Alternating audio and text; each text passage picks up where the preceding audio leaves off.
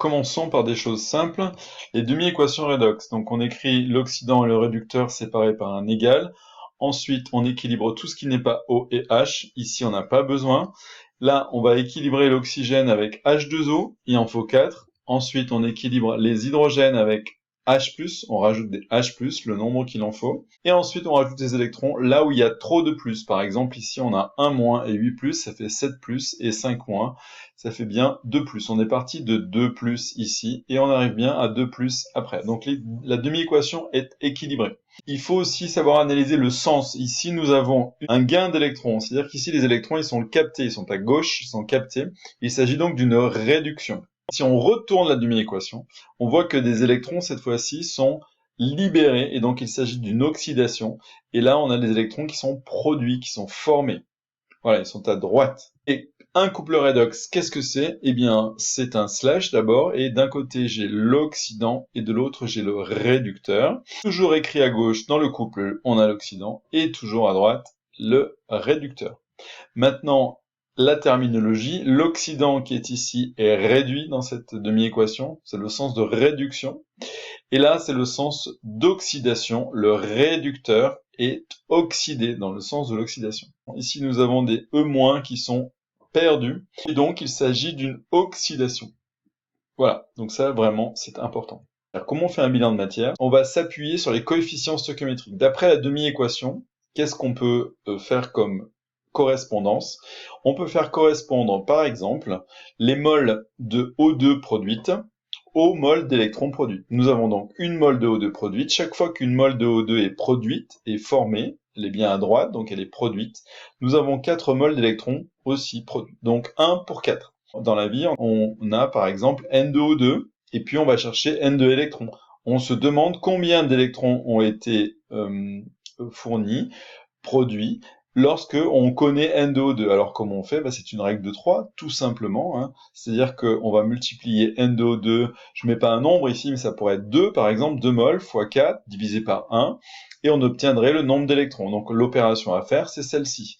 Donc N électrons, je cherche, c'est ça, fois ça, divisé par ça. C'est une règle de 3, d'accord? Maintenant, l'autre possibilité, ça peut être, je cherche le nombre de O2, connaissant le nombre d'électrons. Ici, par exemple, imaginons qu'on ait 2 moles d'électrons qui est circulé, et je cherche le nombre de O2 qui a été produit. À ce moment-là, je renverse la règle de 3, c'est une règle de 3 aussi.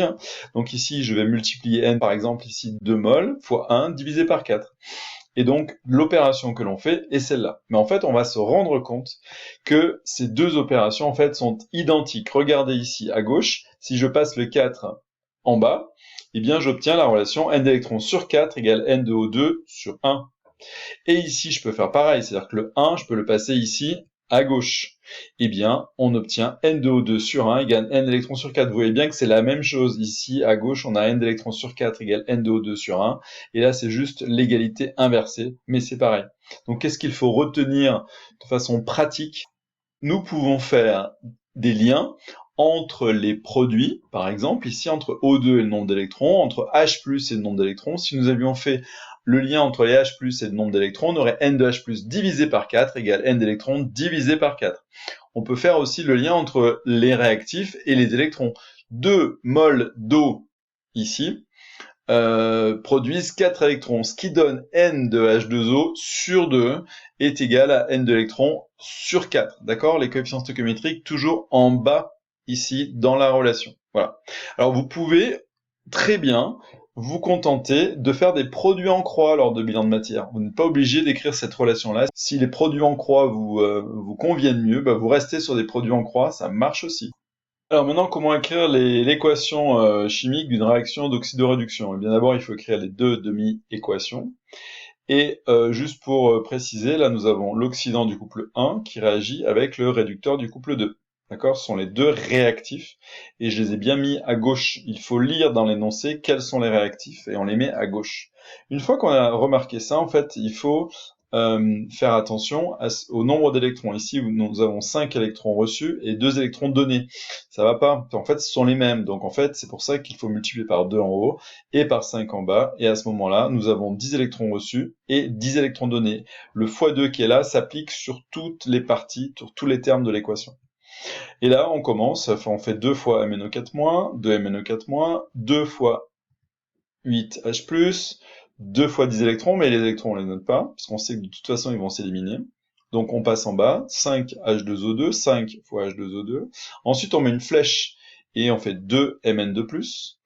Ensuite, 2 fois 4, 8H2O, 5O2, 10H+, et les électrons, on les note pas. Donc on remarque ici quoi? On remarque qu'il y a 16H+ d'un côté, 10 de l'autre. En fait, on peut enlever 10H+ des deux côtés, et il nous reste 6H+ à gauche, et plus rien à droite. Le fonctionnement d'une pile ou d'un accumulateur en mode décharge, eh bien là vous avez un accumulateur au plomb, avec le plomb métallique ici, et à gauche, le plomb métallique est recouvert d'oxyde de plomb, PbO2. Eh bien, à partir de là, vous devez pouvoir dire comment les électrons circulent dans les fils à l'extérieur de la pile. Attention, ça c'est la pile, et le reste c'est l'extérieur de la pile. Comment ils circulent? Eh bien, ils vont de la borne moins à la borne plus, et donc la borne moins émet des électrons. Ça, vous devez absolument le savoir. Et les électrons circulent dans ce sens-là. Du coup, nous pouvons en déduire que là, à ce niveau-là, j'ai une oxydation. Donc ici, il y a production d'électrons. Les électrons sont perdus par l'électrode, donc en fait, il s'agit d'une anode. De l'autre côté, les électrons sont reçus. Ils vont permettre de faire une réduction, et donc c'est le lieu de la réduction, c'est la cathode. Voilà, définition anode, cathode, important. Ensuite, le sens conventionnel du courant, il est opposé au sens de circulation des électrons. Le courant va de la borne plus à la borne moins. Ça aussi, c'est souvent demandé. Et on peut se poser la question d'où viennent ces électrons. C'est une oxydation et l'équation est ici. On vous donnerait les couples dans un exercice type bac. De l'autre côté, les électrons arrivent. On peut se demander, mais que se passe-t-il? Que vont devenir ces électrons qui arrivent ici? En fait, ils vont produire une réduction. Ils vont réduire qui, en fait? Regardez, PbO2 prend les électrons pour devenir Pb2+. Donc l'oxyde de plomb est réduit pour devenir des Pb2+. Et donc les Pb2+, passent en solution. Et vous avez la demi-équation qui est là. Voilà, donc l'analyse totale. Ici, en fait, PbO2 est rongé. C'est un cas où la réduction crée non pas un dépôt, mais le fait que PbO2 est rongé et diminue. C'est possible aussi. Maintenant, on peut relier par des bilans de matière la masse d'oxyde de plomb qui disparaît ou la masse de plomb qui disparaît aux électrons qui circulent. Comment fait-on? Eh bien, par un bilan de matière. Vous avez ici la demi-équation. Qu'est-ce qu'on peut écrire? Il faut écrire que n de PbO2 sur 1, là vous avez un 1 ici, qui est égal au nombre d'électrons sur 2. Donc vous avez ici la relation.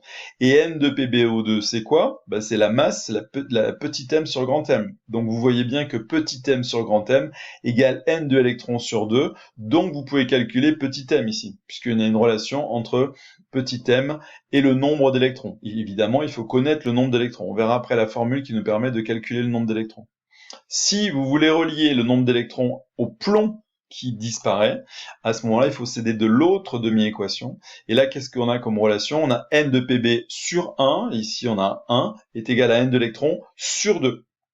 Et donc pareil, n de Pb sur 1, n de Pb c'est quoi? C'est petit m sur grand M, donc vous voyez bien que petit m sur grand M égale n de électrons sur 2.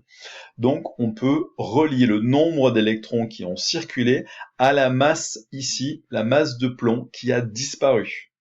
Les formules à savoir, vous avez la formule qui permet de calculer par exemple le n de l'électron. Vous savez que Q égale I fois delta T, et c'est égal à n de l'électron fois F. F c'est une constante que l'on donne tout le temps, et ces deux relations associées peuvent permettre de calculer le nombre d'électrons qui ont circulé, connaissant I et connaissant delta T. Donc ces deux relations, il faut les connaître ensemble.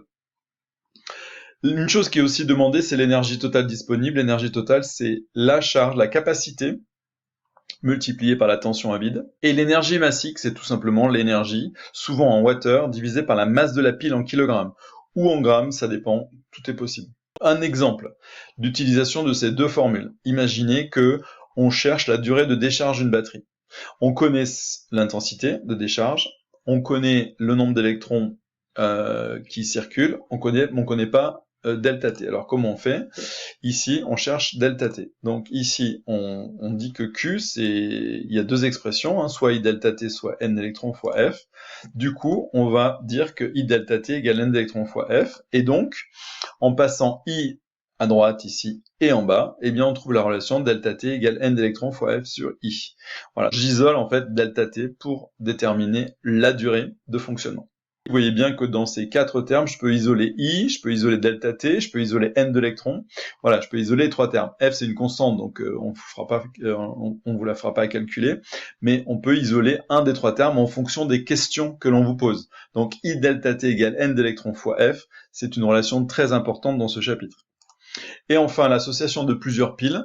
Eh bien là, vous avez donc deux piles associées en dérivation. Elles sont en dérivation, donc la tension est la même, 3,7 volts. Par contre, vous voyez qu'on additionne les capacités. Milliampères-heure, c'est la capacité. C'est le même principe que des watts-heure. Attention, des watts-heure, c'est une énergie.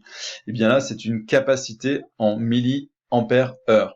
Si on voulait avoir des coulombs, eh bien, on convertit les milliampères en, ici, par exemple, on fait 1,6 et multiplié par 3600. Donc ici, 1600 milliampères heure, c'est 1,6 multiplié par 3600 coulombs.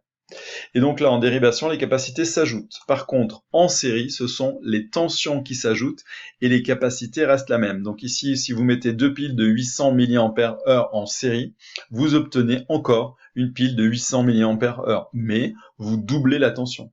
Donc si vous doublez la tension, vous allez avoir plus d'énergie. Voilà.